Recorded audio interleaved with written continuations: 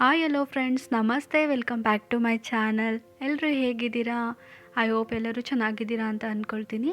ಬನ್ನಿ, ನಾನು ಇವತ್ತಿನ ಬ್ರೇಕ್ಫಾಸ್ಟ್ಗೆ ಚೋಲೆ ಭಟೂರೆ ಮಾಡೋಣ ಅಂದ್ಕೊಂಡಿದ್ದೀನಿ. ಒಂದೊಂದು ಸರಿ ನಾವು ಪೂರಿ ಮಾಡಿದಾಗ ತುಂಬ ಕ್ರಿಸ್ಪಿಯಾಗಿ ಬರುತ್ತೆ ಮತ್ತು ತುಂಬ ದಪ್ಪ ದಪ್ಪ ಅನಿಸುತ್ತೆ, ಮತ್ತು ತಿನ್ನಬೇಕಾದ್ರೆ ನಮಗೆ ಪೂರಿ ತಿಂತಿದ್ದೀವಿ ಅನ್ನೋ ಫೀಲಿಂಗೇ ಬರಲ್ಲ. ಹೋಟೆಲಲ್ಲಿ ಮಾಡೋ ರೀತಿ ಚೋಲೆ ಭಟೂರನ ಯಾವ ರೀತಿ ನಾನು ಸಿಂಪಲ್ಲಾಗಿ ಸಾಫ್ಟಾಗಿ ಮನೆಯಲ್ಲೇ ಮಾಡ್ಕೊಳ್ತೀನಿ ಅಂತ ನಿಮ್ಮೊಂದಿಗೆ ಶೇರ್ ಮಾಡ್ತಾ ಇದ್ದೀನಿ. ನಾನಿಲ್ಲಿ ಮೈದಾ ಹಿಟ್ಟನ್ನ ತೊಗೊಂಡಿದ್ದೀನಿ. ಒಂದು 2 ಕಪ್ ಆಗೋಷ್ಟು ಮೈದಾ ಹಿಟ್ಟನ್ನ ಒಂದು ಸರ್ವಿಂಗ್ ಬೌಲ್ಗೆ ಹಾಕ್ಕೊಳ್ತಾ ಇದ್ದೀನಿ. ಇದಕ್ಕೆ ರುಚಿಗೆ ತಕ್ಕಷ್ಟು ಉಪ್ಪನ್ನ ಹಾಕ್ಕೋಬೇಕು. ನಾನು ಇಲ್ಲಿ 1 ಟೀ ಸ್ಪೂನ್ ಆಗೋಷ್ಟು ಹಾಕ್ಕೊಳ್ತಾ ಇದ್ದೀನಿ. ಹಾಗೆ ಒಂದು 2 ಟೇಬಲ್ ಸ್ಪೂನ್ ಆಗೋಷ್ಟು ಸಣ್ಣ ರವೆನ ಹಾಕ್ಕೊಳ್ತಾ ಇದ್ದೀನಿ. ಈಗ ಬಾಂಬೆ ರವೆ ಅಂತ ಹೇಳ್ತೀವಿ ನೋಡಿ, ಕೇಸರಿ ಬಾತಿಗೆಲ್ಲ ಯೂಸ್ ಮಾಡ್ತೀವಲ್ಲ, ಆ ಥರ ರವೆ ಹಾಕ್ಕೋಬೇಕು.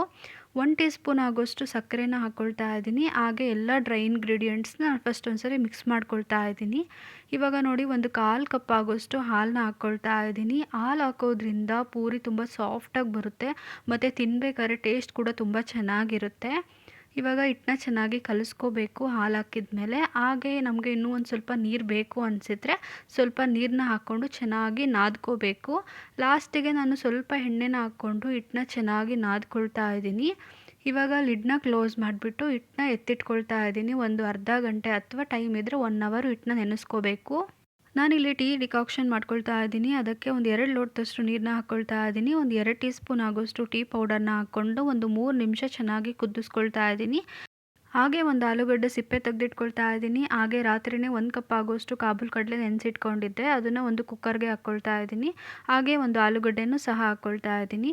ಇವಾಗ 1 ಗ್ಲಾಸ್ ಆಗೋಷ್ಟು ನೀರನ್ನ ಸೇರಿಸ್ಕೊಳ್ತಾ ಇದ್ದೀನಿ. ಹಾಗೆ ರುಚಿಗೆ ತಕ್ಕಷ್ಟು ಉಪ್ಪನ್ನ ಹಾಕ್ಕೋಬೇಕು. ಈಗ ಸ್ಟವ್ನ ಆನ್ ಮಾಡ್ಕೊಳ್ತಾ ಇದ್ದೀನಿ. ಹಾಗೆ ನಾನು ಟೀ ಡಿಕಾಕ್ಷನ್ನ ಮಾಡಿಟ್ಕೊಂಡಿದ್ದೆ ಅಲ್ವಾ, ಅದನ್ನು ಹಾಕ್ಕೊಳ್ತಾ ಇದ್ದೀನಿ. ಟೀ ಡಿಕಾಕ್ಷನ್ ಹಾಕೋದ್ರಿಂದ ಕಾಬೂಲ್ ಕಡಲೆ ಕರಿ ತುಂಬ ಚೆನ್ನಾಗಿರುತ್ತೆ, ತುಂಬ ಟೇಸ್ಟಿಯಾಗಿ ಬರುತ್ತೆ. ಲಿಡ್ನ ಕ್ಲೋಸ್ ಮಾಡಿಬಿಟ್ಟು ಒಂದು 2 ವಿಷಲ್ ನಾನು ಕೂಗಿಸ್ಕೊಳ್ತಾ ಇದ್ದೀನಿ. ನೋಡಿ, ಕುಕ್ಕರ್ ಕೂಡ ಕಂಪ್ಲೀಟಾಗಿ ತಣ್ಣಗಾಗಬೇಕು.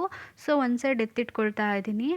ಕಾಬೂಲ್ ಕಡಲೆ ಪಲ್ಯ ಮಾಡೋಕ್ಕೆ ಒಂದು ಮಸಾಲೆನ ರೆಡಿ ಮಾಡ್ಕೋಬೇಕು. ಅದಕ್ಕೋಸ್ಕರ ನಾನು ಮಿಕ್ಸಿ ಜಾರಿಗೆ ಒಂದು 5 ಸುಲಿದಿರುವಂತಹ ಬೆಳ್ಳುಳ್ಳಿ ಹಾಕ್ಕೊಳ್ತಾ ಇದ್ದೀನಿ.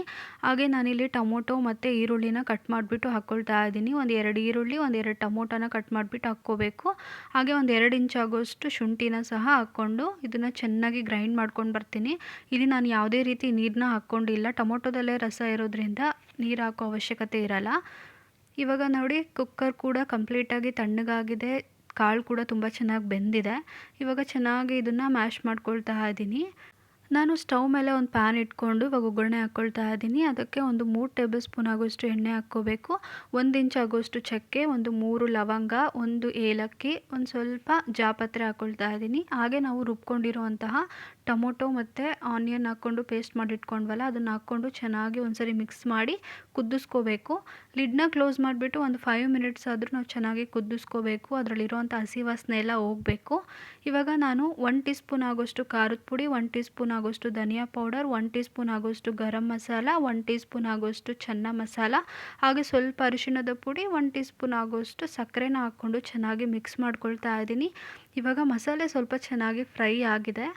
ಇದಕ್ಕೆ ಬೇಯಿಸ್ಕೊಂಡಿರುವಂತಹ ಕಾಬೂಲ್ ಕಡಲೆನ ಹಾಕ್ಕೊಳ್ತಾ ಇದ್ದೀನಿ. ಇವಾಗ ಲಿಡ್ನ ಕ್ಲೋಸ್ ಮಾಡಿಬಿಟ್ಟು ಒಂದು 5ರಿಂದ 6 ನಿಮಿಷ ನಾವು ಲೋ ಟು ಮೀಡಿಯಮ್ ಫ್ಲೇಮ್ನಲ್ಲೇ ಬೇಯಿಸ್ಕೋಬೇಕು. ನೋಡಿ, ಇವಾಗ ಇದಾಗಿದೆ. ನಾನು ಪೂರಿನ ಕರಿಯೋಕ್ಕೋಸ್ಕರ ಒಂದು ಬಾಣಲಿಗೆ ಎಣ್ಣೆ ಹಾಕ್ಕೊಂಡು ಎಣ್ಣೆನ ಬಿಸಿ ಮಾಡ್ಕೊಳ್ತಾ ಇದ್ದೀನಿ. ಹಾಗೆ ಪೂರಿ ಹಿಟ್ಟು ಸಹ ಸಾಫ್ಟಾಗಿ ನೆಂದಿದೆ. ಚಿಕ್ಕ ಚಿಕ್ಕದಾಗಿ ಉಂಡೆ ಮಾಡ್ಕೊಳ್ತಾ ಇದ್ದೀನಿ. ಹಾಗೆ ಇನ್ನೊಂದು ಕಡೆ ಕರಿ ಕೂಡ ರೆಡಿ ಆಗಿದೆ. ಇದಕ್ಕೆ 1 ಟೇಬಲ್ ಸ್ಪೂನ್ ಆಗೋಷ್ಟು ಬಟರ್ ಹಾಕ್ಕೊಳ್ತಾ ಇದ್ದೀನಿ, ಬೆಣ್ಣೆ. ಹಾಗೆ ಸ್ವಲ್ಪ ಕೊತ್ತಂಬರಿ ಸೊಪ್ಪನ್ನ ಹಾಕ್ಕೊಂಡು ಒಂದ್ಸರಿ ಚೆನ್ನಾಗಿ ಮಿಕ್ಸ್ ಮಾಡ್ಕೊಳ್ತಾ ಇದ್ದೀನಿ. ಇವಾಗ ಕರಿ ಕೂಡ ರೆಡಿ ಆಗಿದೆ. ಸ್ಟವ್ನ ಆಫ್ ಮಾಡ್ಕೊಳ್ತಾ ಇದ್ದೀನಿ. ಇವಾಗ ನಾನು ಪೂರಿನ ಲಟ್ಟಿಸ್ಕೊಳ್ತಾ ಇದ್ದೀನಿ. ಸ್ವಲ್ಪ ಹಿಟ್ಟನ್ನ ಉದುರಿಸ್ಕೊಂಡ್ಬಿಟ್ಟು ಹಿಟ್ಟನ್ನ ಇಟ್ಕೊಂಡು ಲಟ್ಟಿಸ್ಕೋಬೇಕು. ನೋಡಿ, ಸ್ವಲ್ಪ ದಪ್ಪನೇ ಲಟ್ಟಿಸ್ಕೋಬೇಕು, ತುಂಬ ತೆಳ್ಳಗೆ ಮಾಡೋಕ್ಕೆ ಹೋಗಬಾರ್ದು. ಈ ರೀತಿ ಚೆನ್ನಾಗಿ ರೊಟೇಟ್ ಮಾಡ್ತಾ ನಾವು ಪೂರಿನ ಬೇಯಿಸ್ಕೋಬೇಕು. ಆವಾಗ ನೋಡಿ ಎಷ್ಟು ಚೆನ್ನಾಗಿ ಉಬ್ಬು ಬರುತ್ತೆ ಅಂತ. ಇವಾಗ ಉಬ್ಬಿ ಬರುವಂತಹ ಸಾಫ್ಟಾಗಿರುವಂತಹ ಪೂರಿ ಕೂಡ ರೆಡಿಯಾಗಿದೆ. ನಾನು ಹೇಳಿರುವಂಥ ಇಂಗ್ರೀಡಿಯೆಂಟ್ಸ್ನ ಹಾಕಿ ನಾನು ಮಾಡೋ ಮೆಥಡಲ್ಲಿ ನೀವು ಮಾಡಿದರೆ ಈ ರೀತಿ ಸಾಫ್ಟಾಗಿರುವಂತಹ ಉಬ್ಬಿ ಬರುವಂತಹ ಪೂರಿ ನಿಮ್ಮ ಮನೇಲೂ ಸಹ ಮಾಡ್ಬೋದು. ಪೂರಿ ಅಂದರೆ ಸ್ವಲ್ಪ ಸಾಫ್ಟಾಗಿದ್ದರೆ ತಿನ್ನೋಕ್ಕೂ ನಮಗೆ ತುಂಬ ರುಚಿಯಾಗಿರುತ್ತೆ. ಕರಿಯಾಗಿ ಕ್ರಿಸ್ಪಿಯಾಗಿದ್ದರೆ ಅಷ್ಟೊಂದು ಇಷ್ಟ ಆಗಲ್ಲ. ಸೊ ತುಂಬಾ ಈಸಿಯಾಗಿ ಸಾಫ್ಟಾಗಿರೋಂತಹ, ಸ್ಮೂತಾಗಿರೋಂತಹ ಪೂರಿನ ಯಾವ ರೀತಿ ಮಾಡೋದು ಅಂತ ತೋರಿಸ್ಕೊಟ್ಟಿದ್ದೀನಿ. ಇವತ್ತಿನ ರೆಸಿಪಿ ನಿಮಗೆ ಇಷ್ಟ ಆಗಿದೆ ಅಂದ್ಕೊಳ್ತೀನಿ. ಚೋಲೆ ಭಟೂರೆ ರೆಸಿಪಿ ಇಷ್ಟ ಆದರೆ ಪ್ಲೀಸ್ ವಿಡಿಯೋನ ಲೈಕ್ ಮಾಡಿ, ಶೇರ್ ಮಾಡಿ, ಹಾಗೆ ನಮ್ಮ ಚಾನಲನ್ನು ಸಬ್ಸ್ಕ್ರೈಬ್ ಮಾಡ್ಕೊಳ್ಳಿ. Thanks for watching.